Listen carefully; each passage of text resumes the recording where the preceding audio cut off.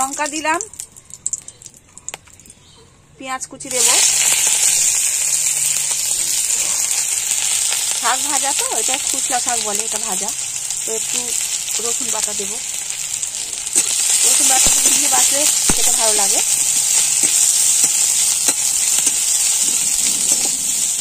তো হালকা লাল লাল মতো হবে। আমি শাকটা সেদ্ধ করে রেখেছি নুন হলুদ দিয়ে, দিয়ে দেবো।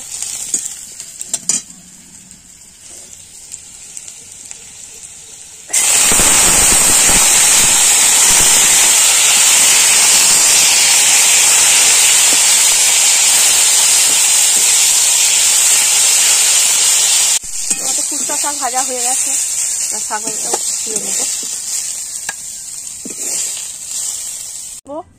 কাতলা মাছের কালিয়া। তো আমি কড়াই তেল দিয়ে দিয়েছি, মাছগুলো নুন হলুদ মাখিয়ে রেখেছিলাম, ভেজে নেব।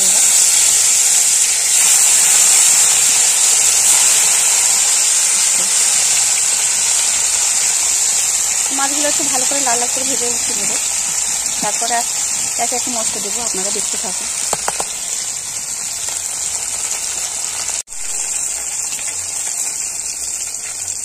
দেখুন আমাদের মাছগুলো ভাজা হয়ে গেছে, এবার আমরা তুলে নেব।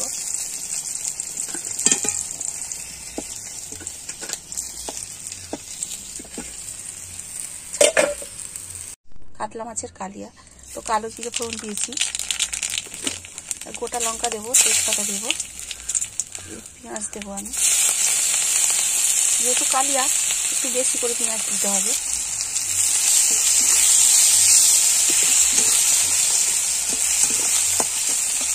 পেঁয়াজটা একটু হালকা লাল লাল হবে, তারপরে আমি সব মশলা দেবো। টমেটোগুলো টুকরো করে কেটে রেখেছি, দিয়ে দেবো।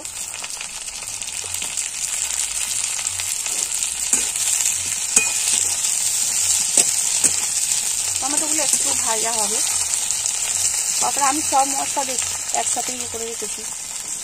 কাজু বাদাম বাটা, রসুন বাটা, আদা বাটা, জিরে গুঁড়ো, লঙ্কা গুঁড়ো, হলুদ গুঁড়ো, স্বাদ মতো নুন দেবো। তো দেবো আমি রসুন বাটা,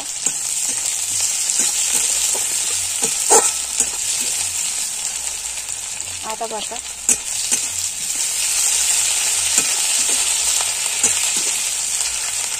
এক একে আমি সবই মশলাগুলো দিয়ে দেবো। কাজু বাদাম বাটা, জিরের গুঁড়ো, লঙ্কা গুঁড়ো, হলুদ গুঁড়ো।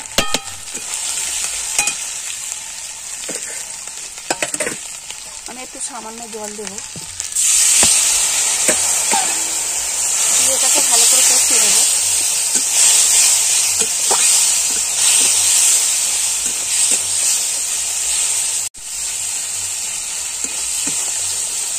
কালারটা কত সুন্দর হচ্ছে দেখো।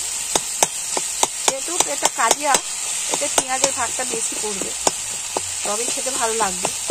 আর কাজু বাদাম বাটা একটু দিতে হয়, তবে টেস্ট হয় ভালো।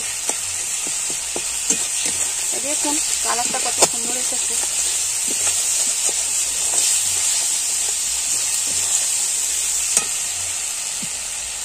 একদম যখন তেল ছেড়ে দেবে পুরো, তারপরে জল দেবো।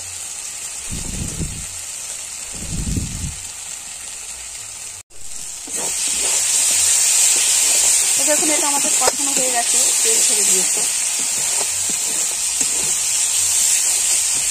এবার আমি জল দেবো।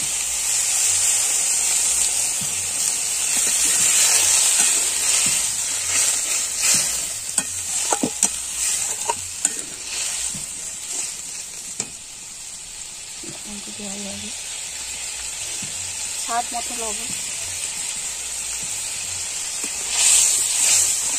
তো আর একটু আমি জল দেবো, একটু ফুটবে, যেহেতু একটু কালিয়া বেশি ঝোল তো হবে না। ফুটে উঠলে তারপর আমি মাছটা দিয়ে দেবো ভালো মতো। এবার মাছগুলো আমি দিয়ে দেবো।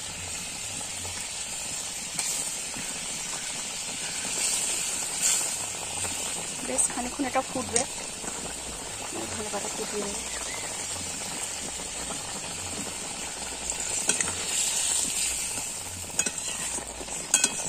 দারুণ খেতে হয়, এইভাবে আপনারা বানাবেন। কাতলা মাছের কালিয়া রেডি। তো হয়ে গেছে, একটু গরম মশলা ছড়িয়ে দেবো, দিয়ে নামিয়ে দেবো।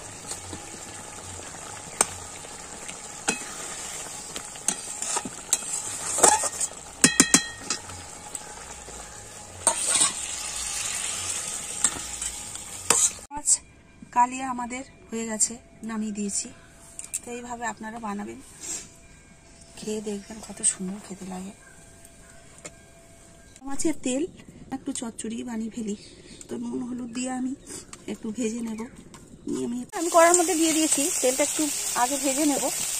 নেওয়ার পর তারপর আমি আলু কেটে রেখেছি, সরু সরু করে বেগুন কেটে রেখেছি, ওগুলো দেবো।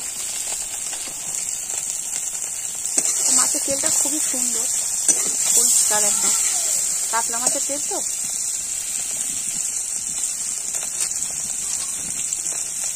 একটু আলু বেগুন দিয়ে করলে খুব সুন্দর খেতে লাগে। বেশি করে একটু পেঁয়াজ দিতে হবে, গোটা লঙ্কা, একটু কালো জিরে দিয়ে দেবো। দিয়ে আমি এটাকে একটু নাড়িয়ে নেব। তেলটাও একটু ভাজা হয়ে গেছে। আমি সেগুলো সরু সরু করে কেটে রেখেছি, এগুলো এবার দিয়ে দেবো।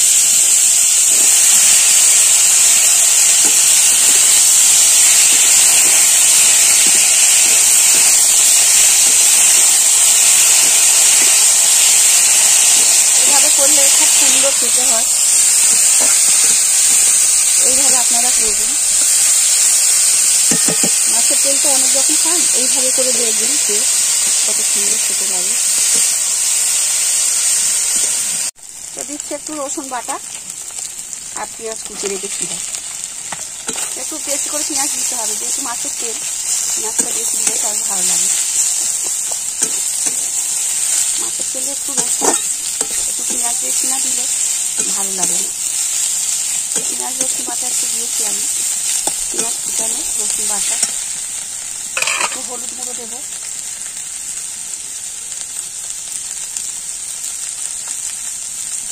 লবণ দেবো একটু, সামান্য একটু লঙ্কার গুঁড়ো দেবো, একটু জিরের গুঁড়ো দেবো।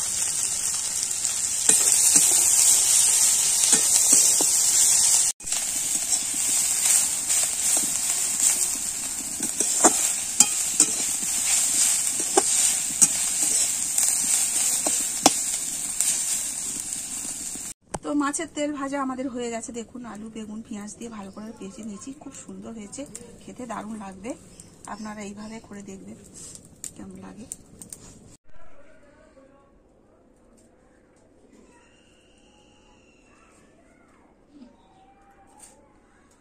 মাছের তেল ভাজাটা খুব ভালো হয়েছে। মাছের তেলটা এত সুন্দর আজকে, এরকম করে ভাজলেই খেতে ভালো লাগে, চচ্চড়ি টচ্চড়ি ঠিক হয় না।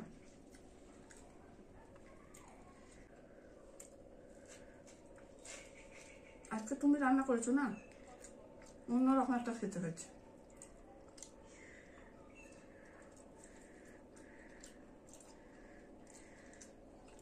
শাক ভাজাটাও খুব সুন্দর হয়েছে, কিন্তু একটু নুন কম হচ্ছে।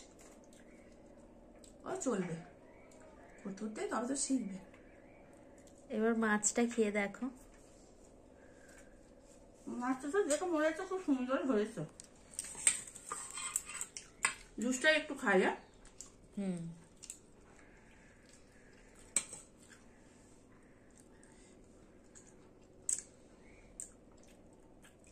ভালো হয়েছে।